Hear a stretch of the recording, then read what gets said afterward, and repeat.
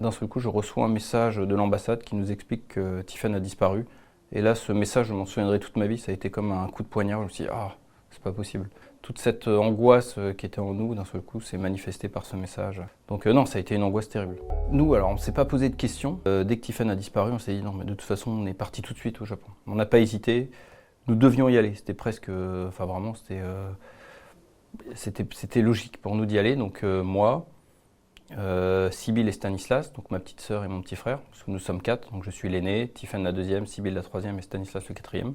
Donc on est assez soudés les uns et les autres. Donc tout de suite on décide de partir au Japon. Et d'abord, Sybille et moi arrivons les premiers. Et là, la police de Tochigi vient directement nous chercher à l'aéroport de Tsunomiya, donc la capitale de la préfecture de Tochigi. Et là, déjà, on voit que le dialogue est difficile, puisque tout de suite, ils nous montrent un foulard sur une photo. Donc on se dit, bah, quel est ce foulard? Et en fait, rien n'est évident, parce qu'on voit que la discussion n'est pas fluide. Et en fait, à partir de là, on a compris très rapidement que déjà la police ne voulait pas chercher, ne ferait pas de recherche, et surtout, dès le premier jour, ils nous ont donné la valise de Tiffen en disant, voilà, c'est terminé, il n'y aura pas de recherche. Tout de suite, on s'est heurté à vraiment des problèmes de communication.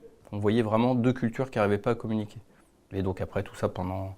Ensuite, des mois, le premier mois où on a recherché Tiffen, on a vu que les problèmes de communication s'accentuaient.